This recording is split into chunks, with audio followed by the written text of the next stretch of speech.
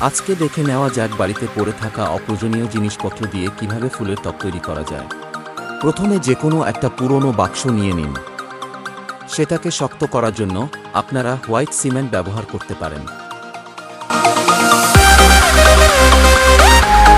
তারপর সেটাকে রোদে ভালোভাবে শুকিয়ে নেবেন।